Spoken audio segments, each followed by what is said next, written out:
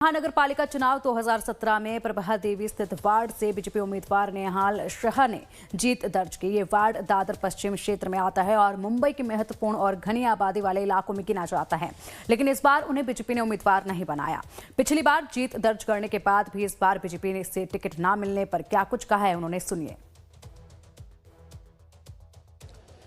BMC चुनाव को ज़्यादा वक्त नहीं रह गया है। 15 तारीख को वोट डालने के लिए जनता उतरेगी, लेकिन उससे पहले किसको टिकट मिल रहा है, नहीं मिल रहा है, कहाँ नामांकन हो रहा है, इन सब पर सबकी नज़रें टिकी हुई हैं। और हमारे साथ साल 2017 में बीजेपी की टिकट पर जीतने वाली नेहल शाह खुद मौजूद हैं और उनसे जानेंगे कि क्या इस बार वो अकेले लड़ रही हैं, पार्टी से लड़ रही हैं, क्योंकि अभी उनसे मुलाकात हुई है। मैडम, इस बार क्या सिचुएशन है? हमने देखा अभी आप नामांकन के लिए आई हैं, क्या इस बार क्या सिचुएशन है?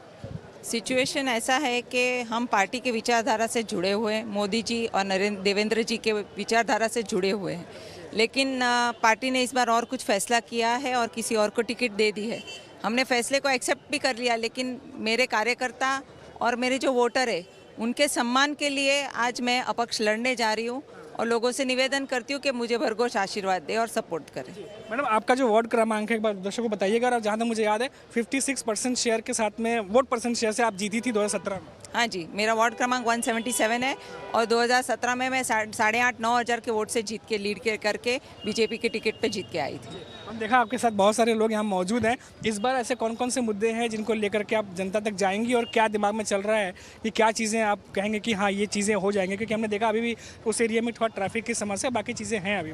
देखिए, ट्रैफिक तो हम पूरे मुंबई में देख रहे हैं, लेकिन मेरी समस्या और मेरा एक ही विचार है कि जो मेरे वोटर वहाँ मेरे जो लोग रहते हैं, मेरे माटुंगा एरिया में, जो सायन एरिया में जो लोग रहते हैं, उनकी जो भी समस्या है उनके लिए मैं उनको 24/7 अवेलेबल हूँ। मेरा फ़ोन नंबर उनको अवेलेबल है, कभी भी रीच कर सकते हैं। तो मेरे वोटर इसीलिए मेरे से बहुत पर्सनली जुड़े हुए हैं, तो उनकी कुछ भी समस्या उसी के लिए मैं, ये अभी मेरी जो लड़त है अपक्ष में, उसी के और उन्हीं के लिए है।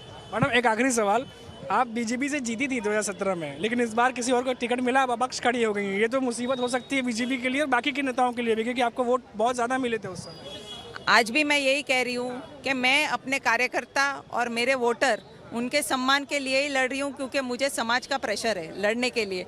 मैं जीत जाऊँगी तो मैं अपनी पार्टी में ही वापस जाऊँगी, मुझे और कहीं नहीं जाना है। थैंक यू सो मच हमसे बात करने के लिए ma'am.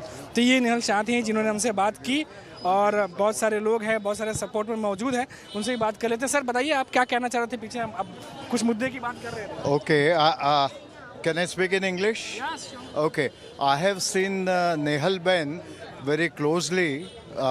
She has been working selflessly. I have never seen a selfless leader like her. Even after when she was not she was not the corporator because of the delayed election, she still responded to each and every call. I think every citizen in our board probably knows her personally, she knows them personally, and I think the right thinking people should support her. Thank you. ये कुछ लोग भी मौजूद हैं जो नेहल शाह के साथ में आए हुए हैं उनका सपोर्ट करने के लिए। अब देखिए, उस सीट पर बीजेपी के टिकट पर लड़ी थी हैं, लेकिन बीजेपी ने किसी और को टिकट दिया है, लेकिन फिर अपक्ष खड़ी हो गई हैं।